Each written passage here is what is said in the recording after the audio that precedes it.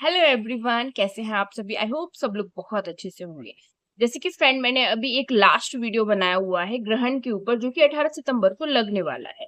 और जिसका जो मैंने समय बताया है वो 6:17 से सुबह के ही 10:17 तक ये ग्रहण रहने वाला है।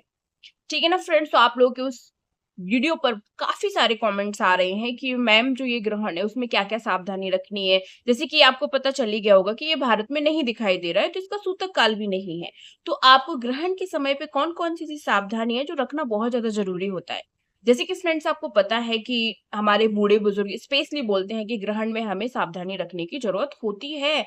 और मेरे पास काफी सारे इस चीज को लेके कमेंट्स भी आते हैं कि मैम, अपनी प्रेगनेंसी को वो लोग शेयर करते हैं कि मैंने ग्रहण में काश सावधानी रखी होती तो मेरे साथ ऐसा ना होता। अपना एक्सपीरियंस बताते हैं, जो भी उनके साथ बुरा हुआ है वो सब कुछ बताते हैं।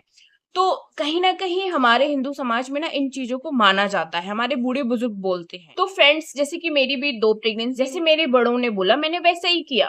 पहली बात तो अगर बड़ों का मन हम रख देते हैं और अगर ऐसा कर लेते हैं तो हमारा जाता क्या है। हमारी भलाई के लिए ही तो वो ये सब कहते हैं ना।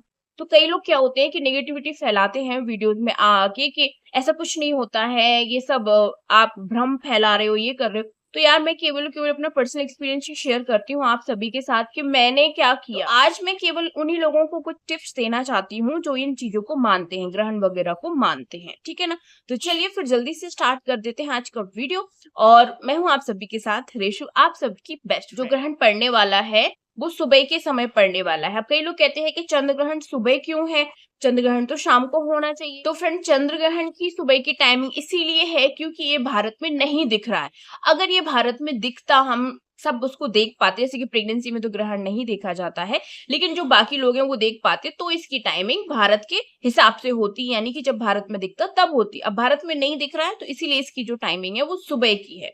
जिन देशों में ये दिखाई देगा वहां पर उस टाइम रात हो रही होगी। अब ग्रहण लगना और दिखना दोनों ही बात अलग है। ग्रहण चंद्रमा पर लग रहा है तो चंद्रमा हमारे पूरे संसार में, ये तो समझो सब जगह ही इस ग्रहण का असर होगा। तो आपको केवल और केवल ग्रहण के समय पर ही कुछ सावधानियां रखनी है। इससे पहले जो सूतक काल लगता है 9 घंटे पहले, उसमें कोई भी सावधानी रखने की आपको जरूरत नहीं है। उसमें बिल्कुल टेंशन फ्री रहिए, जो मर्जी आप कर सकते हो। जैसे कि ये ग्रहण 6:17 से शुरू हो रहा है मॉर्निंग में, तो बस तभी से आपको सावधानियां रखनी है। तो कुछ सावधानियां बहुत ज्यादा जरूरी है जो आपको जरूर रखनी है। वो है जैसे कि आपको बाहर नहीं निकलना है उस टाइम पे, बस 6:17 से 10:17 तक आपको बाहर नहीं निकलना है। अगर आप सुबह पहले सोकर उठ जाते हैं तो आप जल्दी फ्री होकर अपने कमरे में 6:17 तक चले जाइए। कुछ खाने पीने की चीजें रख लीजिए, आप उसमें तुलसी के पत्ते डालकर रख लीजिए, फिर आप वो चीज खा सकते हो। सिर्फ पानी पी सकते हो, जूसेस अगर आप ले रहे हो, कोई भी चीज ले रहे हो, तुलसी के पत्ते डाल के आप ले सकते हो।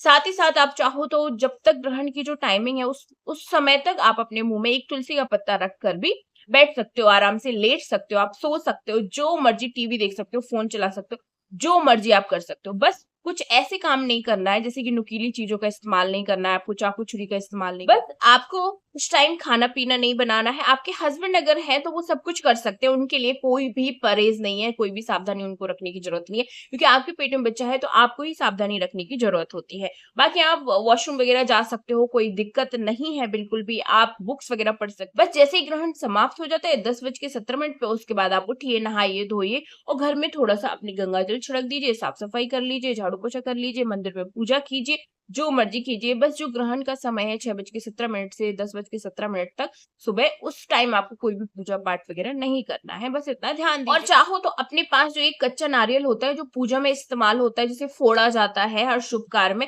उसको आप अपने पास रख सकते हो। और जब ग्रहण समाप्त हो जाता है तो फिर उस नारियल को आप बहते हुए पानी में बहा सकते हो, या फिर जमीन के नीचे भी गाड़ सकते हो, या फिर किसी पीपल के पेड़ के नीचे रखकर भी आ सकते हो। ठीक है ना, इस तरीके से आपको करना चाहिए। और जब ग्रहण समाप्त हो जाता है तो उसके बाद फिर आप थोड़ा सा दान वान वगैरह भी कर सकते हो, मंदिर में कुछ दान दे दीजिए, पैसा दे दीजिए, खाने पीने की चीजें दे दीजिए, दाल आटा वगैरह, ये सब कुछ भी आप कर सकते हो, या किसी गरीब को खाना खिला सकते हो। बाकी ग्रहण में आप जो मर्जी कीजिए, बस अपने कमरे में रहिए, उस टाइम बाहर बिल्कुल मत निकलिए। यही मेन चीजें होती है जो हमें बूढ़े बुजुर्ग करने को बोलते हैं। ठीक है ना। तो बस यही आपको करना है, इससे ज्यादा कुछ भी करने की जरूरत नहीं है और ज्यादा टेंशन लेने की बिल्कुल भी जरूरत, बस जो 4 घंटे हैं वो आराम से निकल जाए, बाकी टेंशन बिल्कुल ना लें। और भी कोई डाउट है तो मुझे कमेंट्स में बताइए, मैं उसका रिप्लाई आपको इस वीडियो में 100% करूंगी। मिलती हूँ नेक्स्ट वीडियो में आप सभी से। Thank you so much.